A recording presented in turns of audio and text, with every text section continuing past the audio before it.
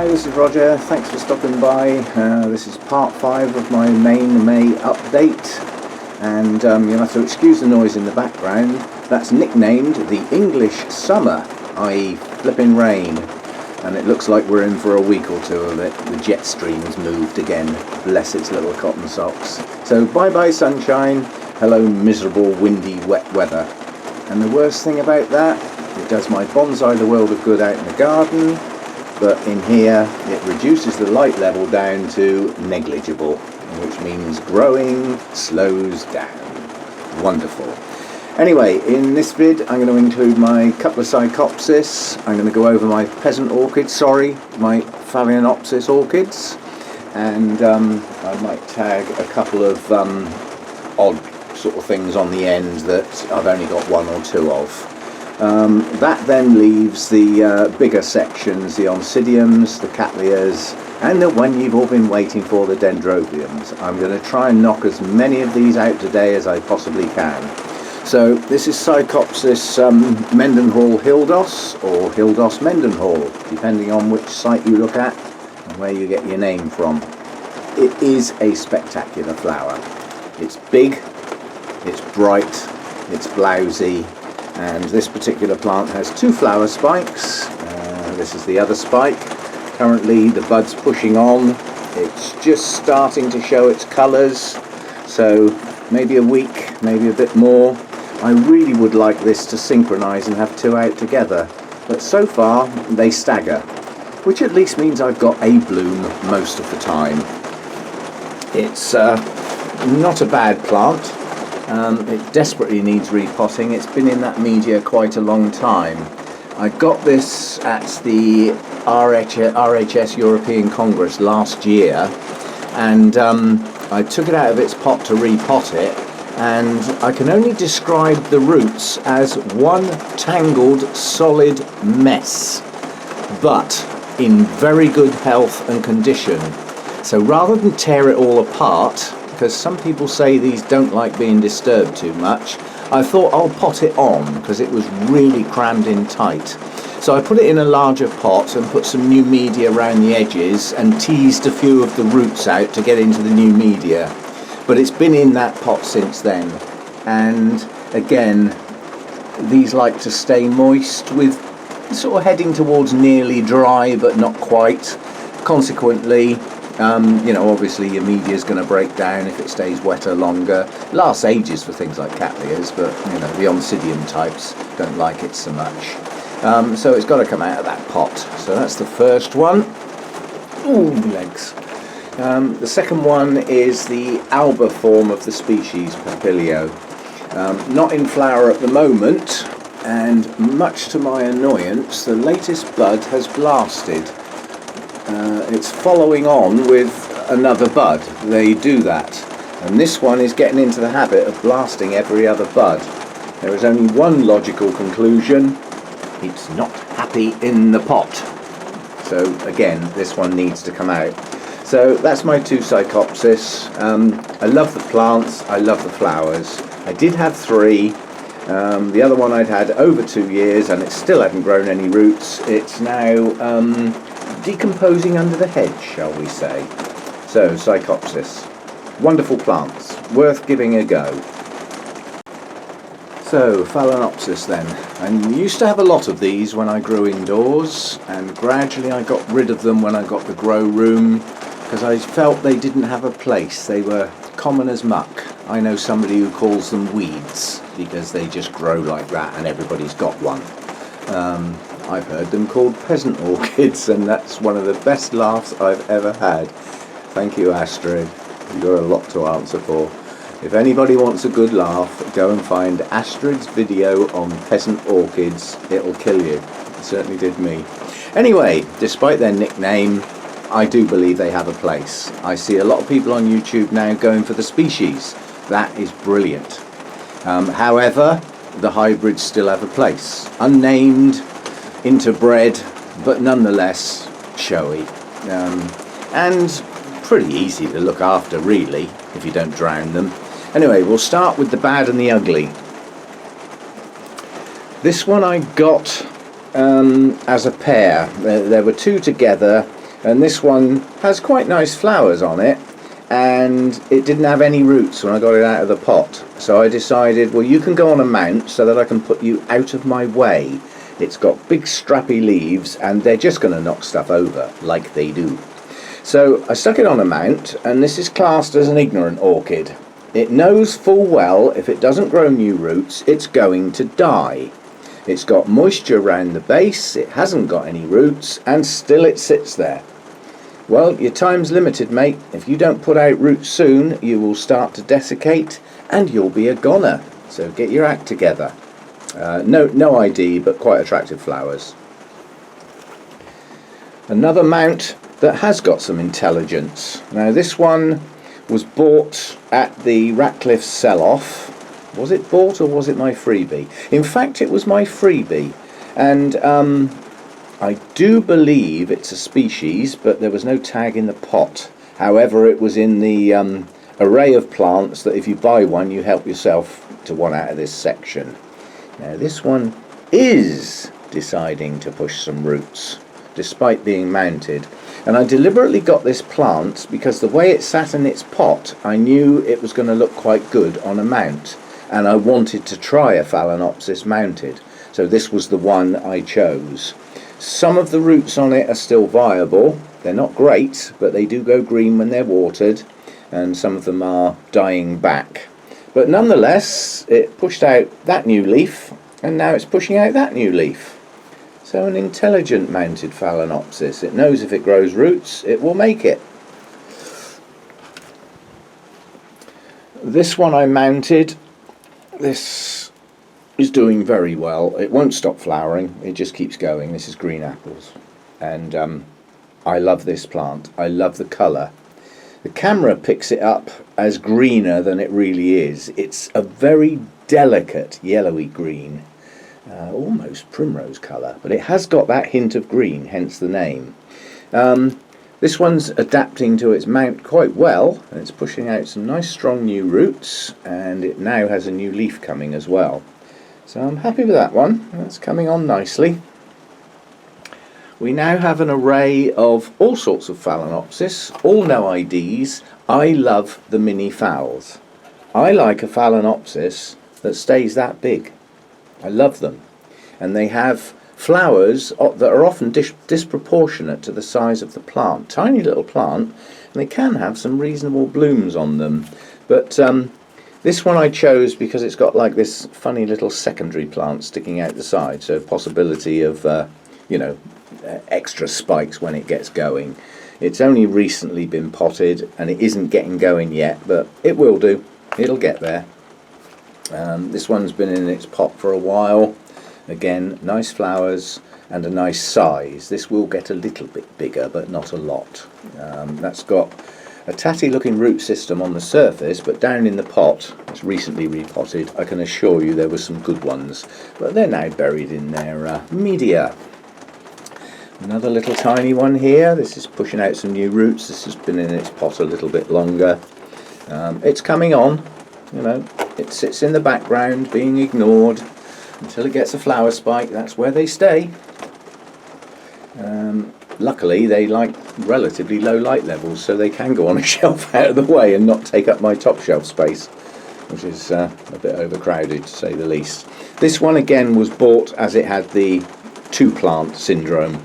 The second plant's obviously a kiki, but in a different style. A lot of kikis grow on flower spikes, but some Phalaenopsis traits do actually put plants out sideways. This had 6 spikes on it when I got it. The flowers are stunning. It's now having a prolonged rest. There is something going on in there, but that's roots, not spikes. So I'm hoping to get that one to spike again. I doubt if I'll ever get 6 at once.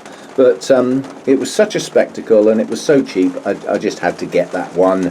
And that's a midi-size plant, Phalaenopsis, because some of them can get absolutely enormous. So that's that one. And then we get up to the bigger guys in the background, ones that do have good root systems. This is a no ID, it was a couple of quid, and the flowers are stunning. And I don't know how much longer they're going to last, but they should last a while yet. And that's the beauty of Phalaenopsis. Boy, do the flowers last a long time. This one, again, pretty good plant. It's got some tatty looking roots near the surface, but it's got a pot full of good ones.